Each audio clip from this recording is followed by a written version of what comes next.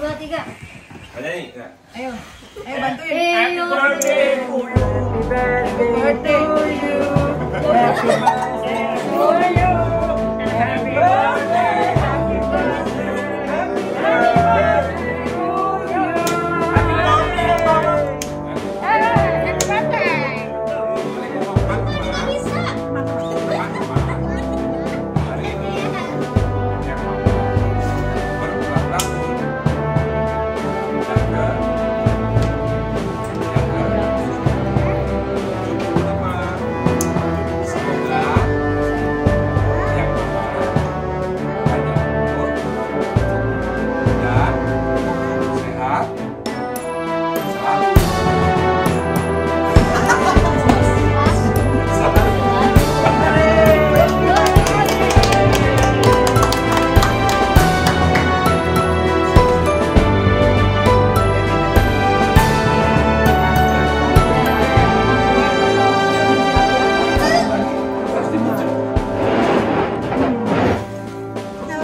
Mau gimana? Ali mau yang mana ini? Aku mau coba ini. Yang mana? Yang coba. Sama.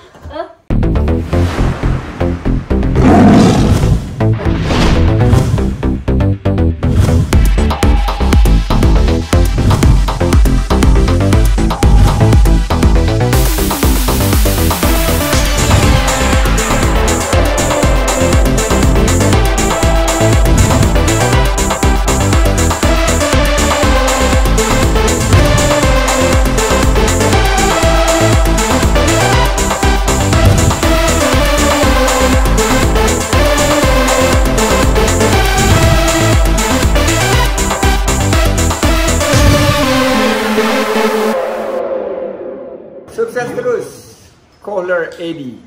Jadi untuk bisa menjadi musisi seperti saya, itu memang ada ingredient yang dibutuhkan ya.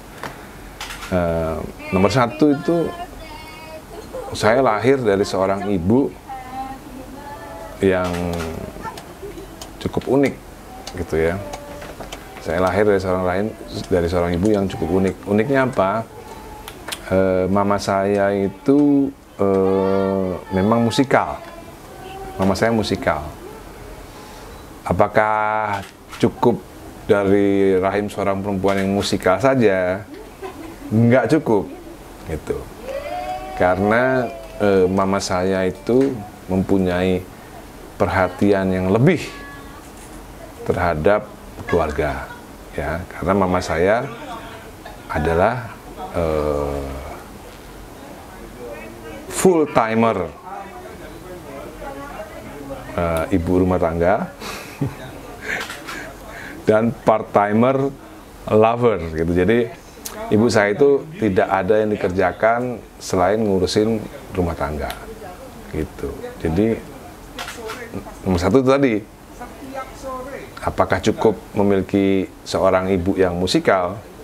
Ya kurang cukup, karena mama saya tidak hanya musikal, mama saya itu full timer, ibu rumah tangga, full timer IRT, ibu rumah tangga. Jadi mama saya nggak pernah bekerja, nggak pernah keluar rumah kalau nggak penting. Jadi hidupnya hanya untuk ngurusin ketiga anaknya saja.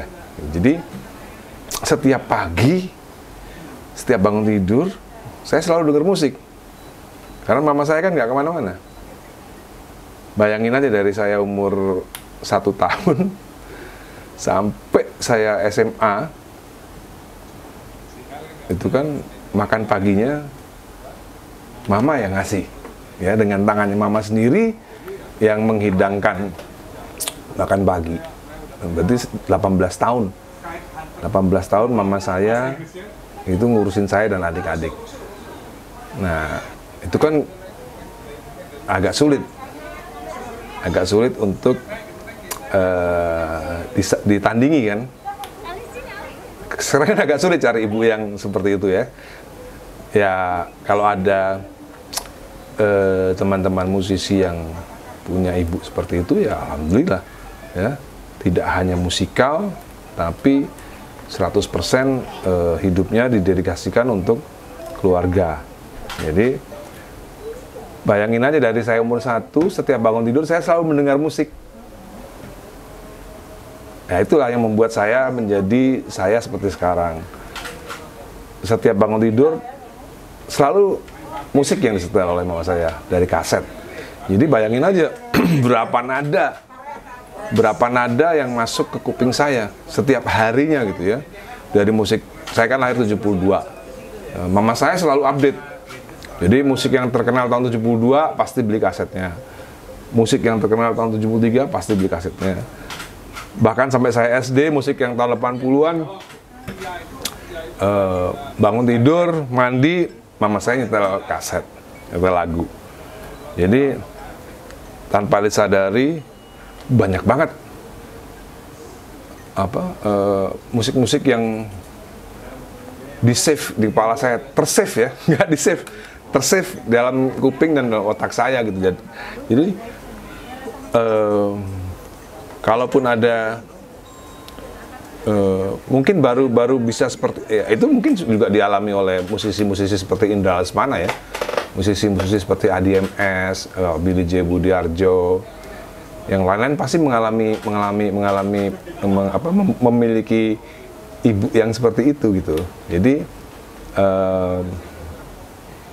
itu yang menjadi dasar daripada bagaimana sih memberikan pendidikan musik yang baik kepada ibu-ibu yang kepingin anaknya menjadi musisi ya.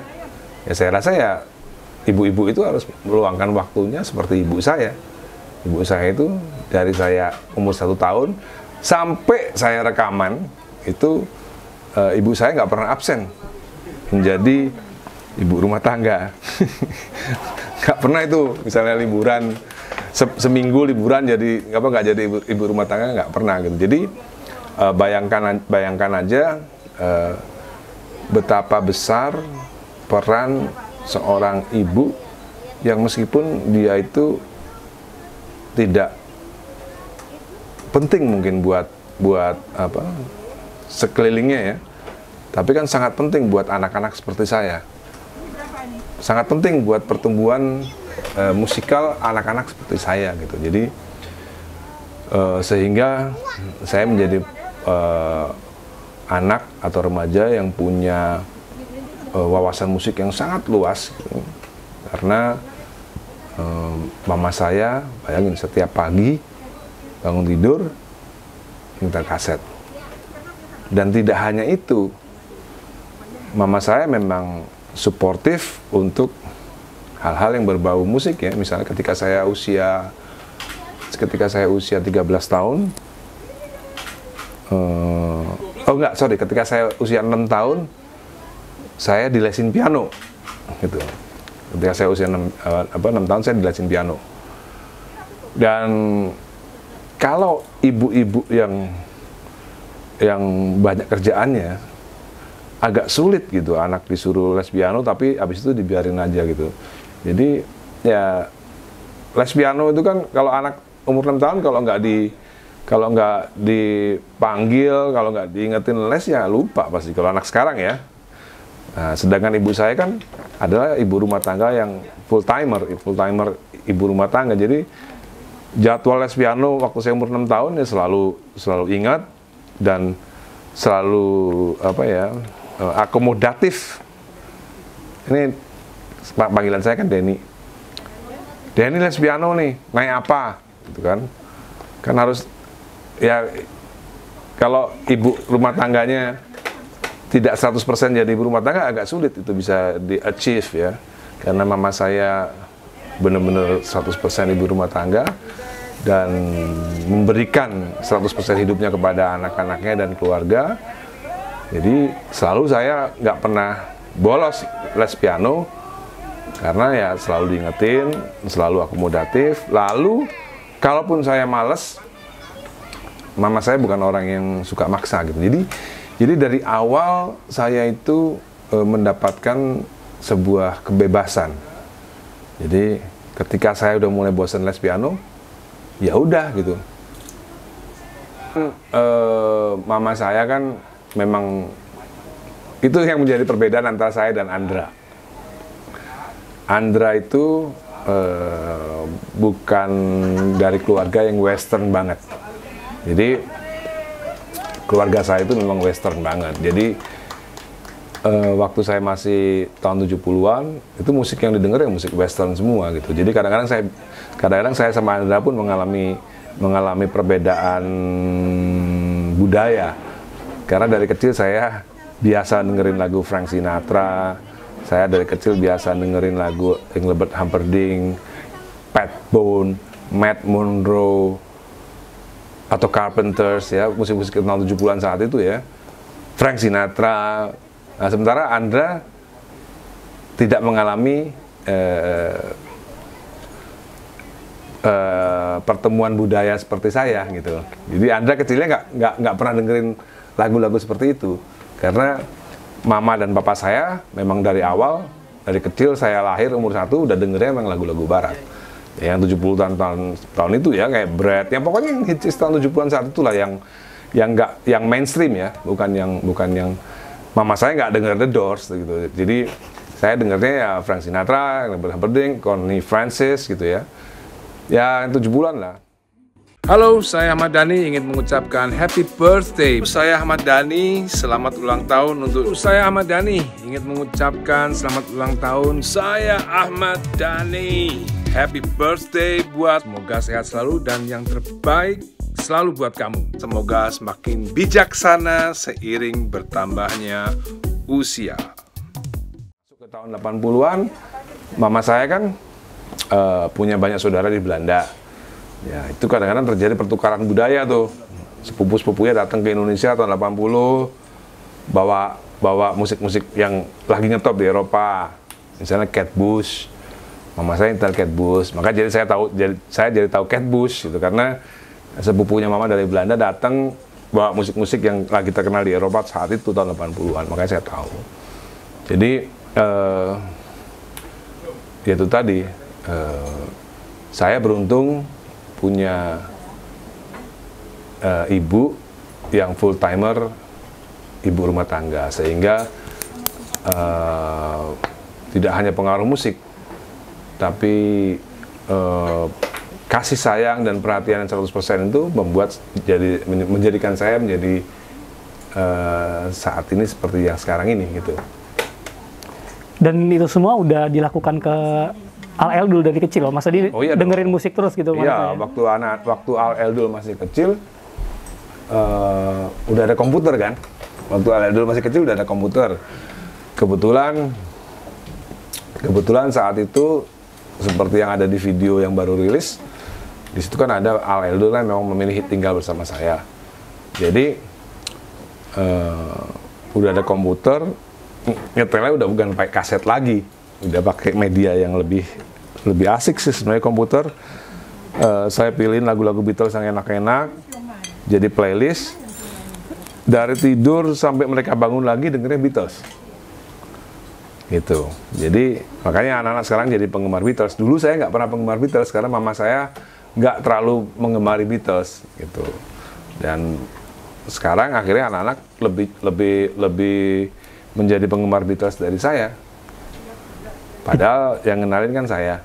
Jadi pakai komputer, pakai playlist, Microsoft playlist, puter, media player, dari malam sampai pagi, sekolah, bangun pagi, sekolah, mandi, makan. Saya jadi ibu saya. Ke anak-anak. Ke anak-anak, gitu. Saya menjadi ibu buat anak-anak saat itu. Gitu. Tapi kan sampai usia 13 tahun dulu kan ikut ibunya. Gitu. Jadi ya alhamdulillah dulu dari umur 1 sampai 13 tahun masih ada cekokan musik dari saya lah gitu. Cekokan. Iya, emang dicekokin lah. Secara tidak langsung dipaksa lah biar gitu. Ya, infiltrasi namanya. Gerilya. Selain Beatles apa lagi Pak De yang didengerin ke anak-anak? Queen pasti lah. Queen sama Toto pasti itu ya. Queen, Toto kurang. Queen lah. Beatles sama Queen yang paling wajib itu. Tapi beranjak dewasa mereka akhirnya ngulik-ngulik sendiri gitu. Kayak Al misalnya,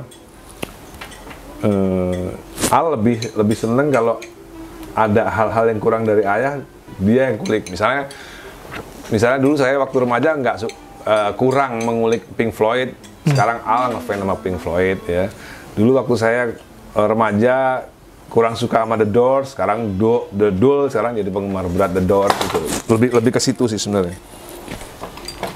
Mereka pengen punya jati diri sendiri terhadap musik. Grunge masuk nggak kayak Nirvana gitu masuk? Oh ya masuk lah kalau itu. Kalau grunge nularnya ke Dul. Oke. Nah tadi Pak D kan sempat cerita ya dari festival ikut band-band festival sama disupport mama gitu. SMA dari SMA 6 berarti waktu itu ya udah. Saya SMA 2. SMA 2 sorry, SMA 2. Itu udah atas nama Dewa waktu ikut festival. Oh, atau belum? Enggak, masih atas nama Downbeat pernah, atas nama SMA 2 pernah. Jadi belum Dewa. Tapi personelnya udah ada sama Erwin. Udah ada sama Erwin personelnya. Oke, akhirnya pilih Dewa daripada Awet ya, mendingan Dewa. Oke, Pak D. Oke, sejauh ini gimana Pak D ngelihat perkembangan Dul yang ingin jadi seperti ayahnya? Dan jangan apa lagi yang Pak D kasih selain dulu udah dengerin musik banyak ya? Ya kalau saya suka Dul tuh masih suka milih-milih jenis musik gitu. Sementara saya itu dari dulu all rounder. Jadi Dul masih kurang suka R&B, Dul masih suka kurang musik yang fusion ya, yang jazzy gitu. Gak tahu kenapa saya bingung gitu. Kenapa musik harus milih-milih gitu. Saya suka marah sama Dul. Kamu musik kok milih-milih gitu. Musik tuh yang mana aja yang enak, sikat gitu. Jangan milih-milih gitu. Itu kan cuma nasihat dari seorang ayah kan, mau diterima apa enggak ya terserah gitu. Yang lebih banyak ke saya itu sebenarnya Al. Musiknya itu all rounder gitu. Berarti Pak D udah merasa sukses menjadi ibu Pak D ke anak-anak ya dengan musik? Ya insya Allah sukses lah. Oke. Dari sekian banyak pengalaman dari musik, kehidupan pribadi dan lain-lain gitu, kan ada beberapa hal yang mungkin nggak enak gitu di Mas Dhani ya gitu. Saya nggak tahu apa hal itu. Tapi ada nggak sih pelajaran-pelajaran yang selalu bisa diambil dari pengalaman-pengalaman pahit mungkin dari Mas Dhani selama ini gitu? Kalau pengalaman pahit sih sebenarnya hampir semua kehidupan itu nggak pernah saya anggap sebagai pengalaman pahit ya. Itu sebagai jalan hidup yang udah harus terjadi aja gitu. Jadi malah beberapa hal saya banyak ya semuanya tuh kadang-kadang ada plus minus lah. Kalau kita nggak melakukan ini, kita kurang dapat ini. Kalau kita lakukan ini, kita kehilangan ini gitu. Dan menurut saya semuanya itu kan yang paling penting itu adalah punya keluarga yang sempurna lah gitu ya. Dan keluarga sempurna itu menurut saya menurut saya rezeki yang paling berharga itu saya suka mengutip kalimat daripada Vito Corleone di film Godfather 1 bahwa anak-anak adalah harta yang paling berharga, lebih berharga daripada kekuasaan, lebih berharga daripada tahta dan kekuasaan gitu ya. Jadi sebenarnya hidup saya udah cukup gitu ya sebenarnya gitu. Anak ganteng-ganteng, cantik-cantik gitu ya. Punya istri soleha, karena kan sedikit sekali orang punya beautiful family itu kan sedikit sekali gitu. Nggak banyak orang yang punya anak ganteng-ganteng dan cantik. Itu nggak banyak. Saya harus ngomong itu karena ada ajaran bahwa kalau kita mendapatkan kenikmatan daripada Allah Subhanahu wa taala itu harus kita ceritakan. Dan salah satu kenikmatan dari Allah yang menurut saya anugerah yang paling luar biasa itu adalah anak-anak yang ganteng-ganteng, gagah-gagah, cantik, lucu.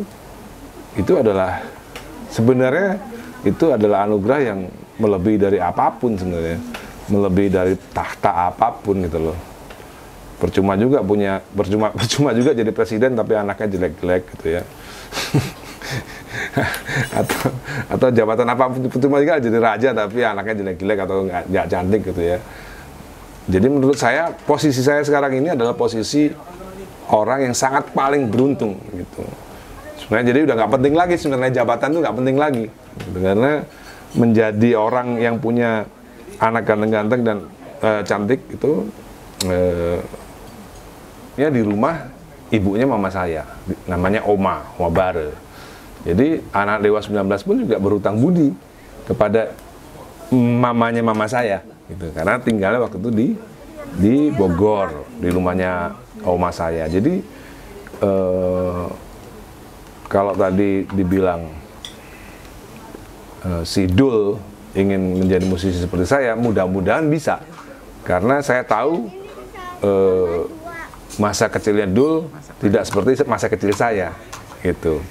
Mudah-mudahan apa yang tidak ada pada Dul bisa tergantikan dengan hal-hal yang lain, gitu. Karena apa yang saya alami dari umur 1 sampai 18 tahun, dididik oleh ibu saya yang full timer, ibu rumah tangga, itu yang menjadikan saya menjadi pribadi yang seperti sekarang ini. Pribadi yang bebas, merdeka, pribadi yang kreatif, karena memang dibiarkan untuk berpikir sendiri. Itu yang paling penting itu.